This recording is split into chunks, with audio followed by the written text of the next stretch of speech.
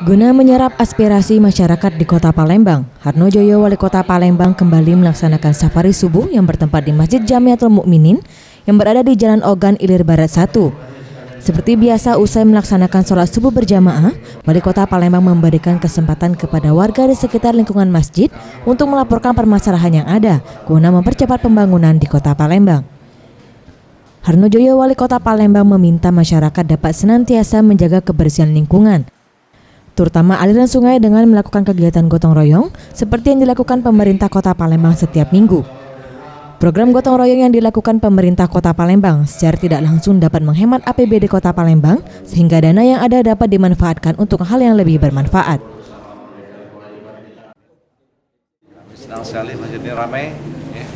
Semoga tidak hanya kehadiran kami, semua di yang lain bisa ramai, bahkan lebih ramai lagi. Kita sangat berharap bahwa sholat subuh ini lebih ramai daripada sholat Jumat.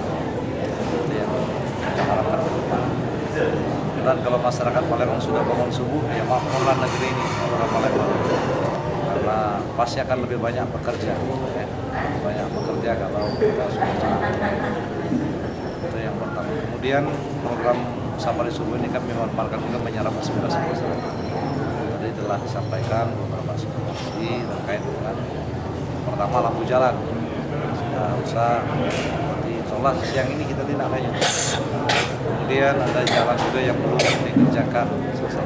Insya Allah sudah pada prinsipnya terkait dengan aspirasi, apa yang bisa kami lakukan hari ini tidak mungkin akan ditunda besok. Kecuali kalau memang membutuhkan anggaran yang cukup besar, sehingga itulah menjadi prioritas bagi kita ke depan. Ia menambahkan Pemkot telah melaunching safari subuh bagi para ustadz di 107 kelurahan dan nantinya gerakan safari subuh juga akan dilakukan oleh para ustadz di 107 kelurahan secara serentak setiap minggu pagi.